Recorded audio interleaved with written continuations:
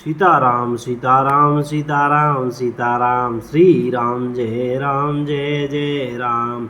आइए श्री रामचरितमानस से आगे की ओर बढ़ते हैं। बड़ा ही आनंद आ रहा है। क्या कह रहे हैं? प्रतिकूल विधाता की करनी बड़ी कठोर है। जिसने माता कैकई को बावली बना दिया, उसकी मति फेर दी। उस रात को प्रभु श्री रामचंद्र जी बार बार आदर पूर्वक आपकी बड़ी सराहना करते थे। तुलसीदास जी कहते हैं, निषाद राज कहता है कि श्री रामचंद्र जी को आपके समान अतिशय प्रिय और कोई नहीं है। मैं सौगंध खाकर कहता हूँ, परिणाम में मंगल होगा, यह जानकर आप अपने हृदय में धैर्य धारण कीजिए। श्री रामचंद्र जी अंतर्यामी तथा संकोच प्रेम और कृपा के धाम हैं। यह विचार कर और मन में दृढ़ता ला कर चलिए और विश्राम कीजिए। सखा के वचन सुनकर हृदय में धीरज धरकर श्री रामचंद्र जी का स्मरण करते हुए भरत जी डेरे को चले। नगर के सारे स्त्री पुरुष यह श्री राम जी के ठहरने के स्थान का समाचार पाकर बड़े आतुर होकर उस स्थान को देखने चले।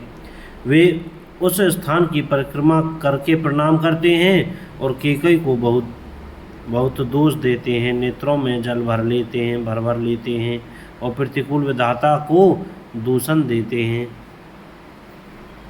कोई भरत जी के स्नेह को सराहना करते हैं और कोई कहते हैं कि राजा ने अपना प्रेम खूब निभाया। सब अपनी निंदा करके निषाद की प्रशंसा करते हैं। उस समय के विमोह और विषाद को कौन कह सकता है। इस प्रकार रात भर सब लोग जागते रहे। सवेरा होते ही खेवा लगा। सुंदर नाव पर गुरु को चढ़ाकर फिर नई नाव पर सब माताओं को चढ़ाया। प्रातःकाल की क्रियाओं को करके माता के चरणों की वंदना कर और गुरुजी को सिर नवाकर भरत जी ने निषाद गणों को रास्ता दिखलाने के लिए आगे कर लिया और सेना चल दी। निषाद राज को आगे करके पीछे सब माताओं की पालकियां चलाईं। छोटे भाई शत्रुघ्न जी से बुलाकर उनके साथ कर दिया। फिर ब्राह्मणों सहित गुरुजी ने गमन किया। तदंतर आप भरत जी ने गंगा जी को प्रणाम किया और लक्ष्मण सहित श्री सीताराम जी का सिमरन किया। भरत जी पैदल ही चले। उनके साथ कोतल बिना सवार के घोड़े बागडोर से बंधे हुए चले जा रहे हैं। उत्तम सेवक बार बार कहते हैं कि हे नाथ, आप घोड़े पर सवार हो लीजिए। भरत जी जब जवाब देते हैं कि श्री रामचंद्र जी तो पैदल ही गए, हमारे लिए रथ, हाथी और घोड़े बनाए गए हैं। मुझे उचित तो ऐसा है कि मैं सिर के बल चल कर जाऊं। सेवक का धर्म सबसे कठिन होता है। भरत जी की दशा देखकर और कोमल वाणी सुनकर सब सेवकगण ग्लानि के मारे गले जा रहे हैं। प्रेम में उमंग कर सीताराम सीताराम कहते हुए भरत जी ने तीसरे पहर प्रयाग में प्रवेश किया। उनके चरणों में छाले कैसे चमकते हैं, जैसे कमल की कली पर ओस की बूंदें चमकती हों। भरत जी आज पैदल ही चलकर आए हैं। यह समाचार सुनकर सारा समाज दुखी हो गया। जब भरत जी ने यह पता पा लिया कि सब लोग स्नान कर चुके, तब त्रिवेणी पर आकर उन्हें प्रणाम किया। फिर विधि पूर्वक गंगा यमुना के श्वेत और श्याम जल में स्नान किया और दान देकर ब्राह्मणों का सम्मान किया।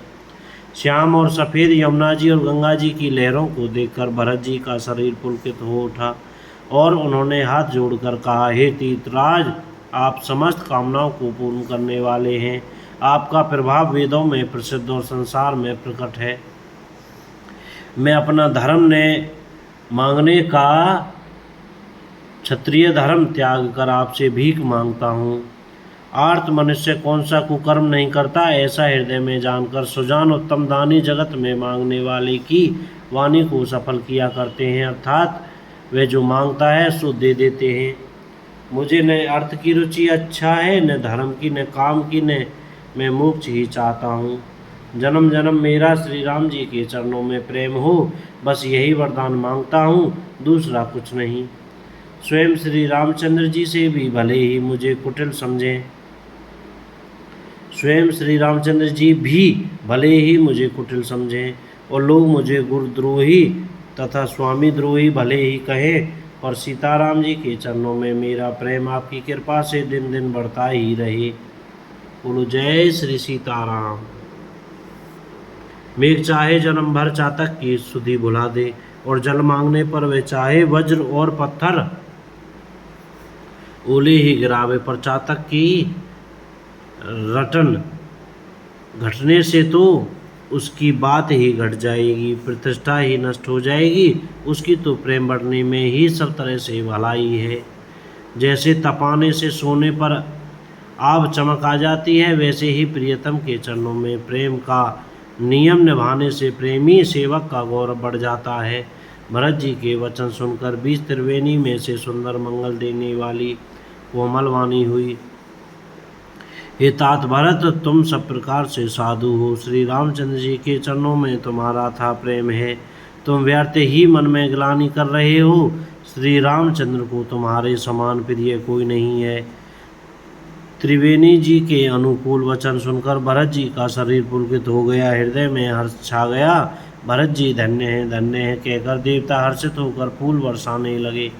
तीर्थराज प्रयाग में रहने वाले वानप्रस्थ, ब्रह्मचारी, गृहस्थ और उदासीन सन्यासी सब बहुत ही आनंदित हैं, और 10-5 मिलकर आपस में कहते हैं कि भरत जी का प्रेम और शील पवित्र और सच्चा है।